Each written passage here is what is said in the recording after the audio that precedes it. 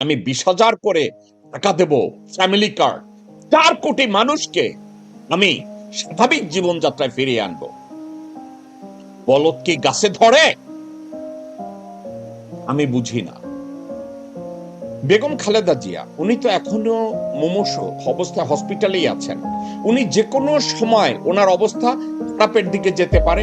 কয়েকদিন আগে একটা সার্জারি হয়েছে, গলার কাছে একটা ছিদ্র করে দেয়া হয়েছে যাতে উনি শ্বাস প্রশ্বাসটা ঠিক মতো করতে পারে। উনি তো প্রায় একজন মা। বিএনপির অনেকের কাছে তিনি দেশমাতা, বিএনপির অনেকের কাছে তিনি গণতন্ত্রের মা, এবং তারেক রহমান সময় অসময় মা শব্দটা তখন উচ্চারণ করে যখন তার প্রয়োজন হয়, কিন্তু যখন তার প্রয়োজন হয় না তখন মায়ের ইস্যুটা আর মা না, কোন অন্য কিছু। কারণ আমি কথাটাকে এভাবে আজকের বলবো, আমি বলছিলাম বিষয়টা কন্ট্রোভার্সিয়াল, অনেকে আমার উপরে গোসা করবে, কিন্তু আমার কথাগুলো না বলেই না। দেশমাতা, গণতন্ত্রের মা, আমাদের হৃদয়ের স্পন্দন, তার জন্য জান কোরবান। ওয়ারাস এই ভদ্রমহিলা 3 বারের প্রধানমন্ত্রী, শহীদ রাষ্ট্রপতি জিয়া রহমানের স্ত্রী, সত্যিকারের দেশপ্রেমিক। উনি মৃতশয্যায়, ওনাকে মৃতশয্যায় রেখে সাজ সাজ রব উঠেছে, খাম্বা আসতেছে। খাম্বার জন্য আমাদের কোটি কোটি মানুষকে হাজির হতে হবে কোথায়? এয়ারপোর্টে। আপনারা বিএনপি কতটা ক্যান্ডেল লাইট মিছিল দেখেছেন ঢাকা মহানগরীতে বেগম জিয়ার জন্য? বেগম জিয়ার জন্য কয়টা মোমবাতি মিছিল দেখেছেন? মসজিদে দোয়া অনুষ্ঠান দেখেছেন? কয়বার দেখেছেন? বেগম জিয়ার নামের উপরে কত মানুষকে দেখেছেন যে আমরা জীবন দিয়ে ফেলাবো? আজকের কোটি কোটি, 2 কোটি, 5 কোটি লোককে এয়ারপোর্টে নেওয়া হবে কেন জানেন? হামবার জনপ্রিয়তা কত। আমি একটা কথা বলি, কোন একটা জায়গায় যদি দেওয়া হয় গাঁজা ফ্রি দেয়া হবে, গাঞ্জা বিনা পয়সা দেওয়া হবে, ওখানে 1 কোটি গাঞ্জা খোর হাজির হয়ে যাবে। কোন জায়গায় যদি বলা হয় যেখানে মদ বিনা পয়সায় দেওয়া হবে, বিয়ার বিনা পয়সায় দেওয়া হবে, ওখানে 5 কোটি মানুষ হাজির হয়ে যাবে মদারু। আবার কেউ যদি বলে যে ভারতের কোন পর্নোগ্রাফি স্টার ঢাকায় এসছে, ওখানেও কোটি লোকজন চলে যাবে।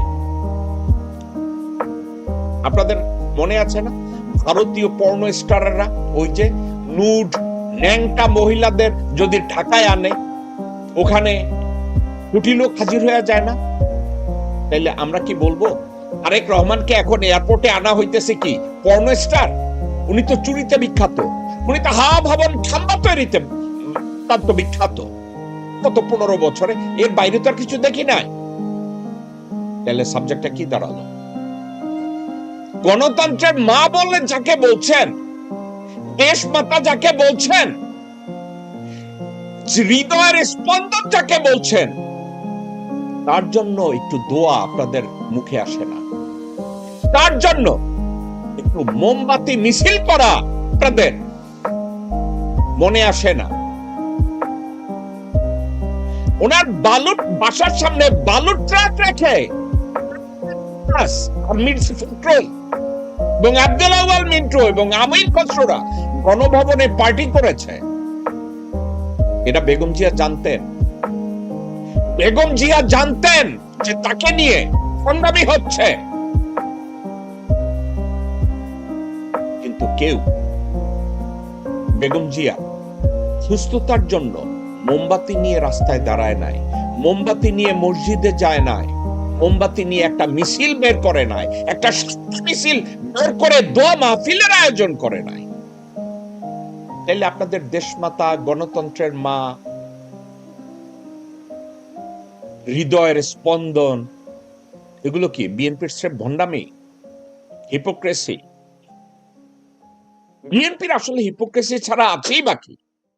এখন দেখা যাচ্ছে বিএনপির দেশমাতা এবং গণতন্ত্রের মা, যাকে আমি সশ্রদ্ধ চিত্তে আমি সম্মান করি, আমি ইজ্জত করি, আমি ভদ্র মহিলাকে ভালোবাসি, ভদ্র মহিলার সুস্থতা নিয়ে আমি আমেরিকার স্টেট ডিপার্টমেন্টে আমি তাকে বিদেশে চিকিৎসার জন্য আমি আবেদন করেছিলাম।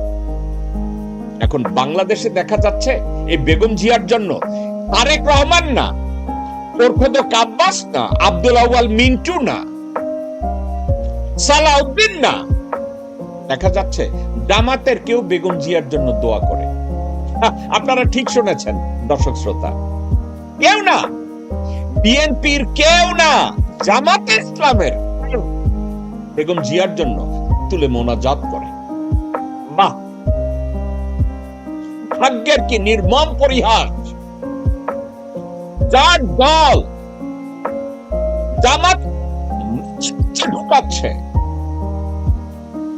যার ছেলে এসে বলে কথায় কথায় জঙ্গিবাদ, মৌলবাদ, যারা প্রতিদিন জামাতে ইসলামকে জাহান্নাম, জামাত এত ভালো দল বা ভালো দল না, দ্যাটস এ ডিফারেন্ট কোশ্চেন, কিন্তু জামাতকে যারা এটা করছে, এখন জামাতের কেউ বেগম খালেদা জিয়ার জন্য ওপেনলি দোয়া করছে। আর ছাত্র দলের ছেলে পানরা পদ নিয়ে ব্যস্ত, রাজা নিয়ে ব্যস্ত, পার্টি নিয়ে ব্যস্ত, তাদের নেতা আসছে মিস্টার খাম্বা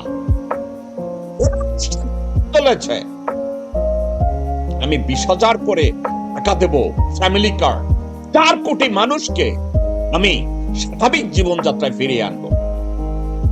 বলদ কি গাছে ধরে? আমি বুঝি না।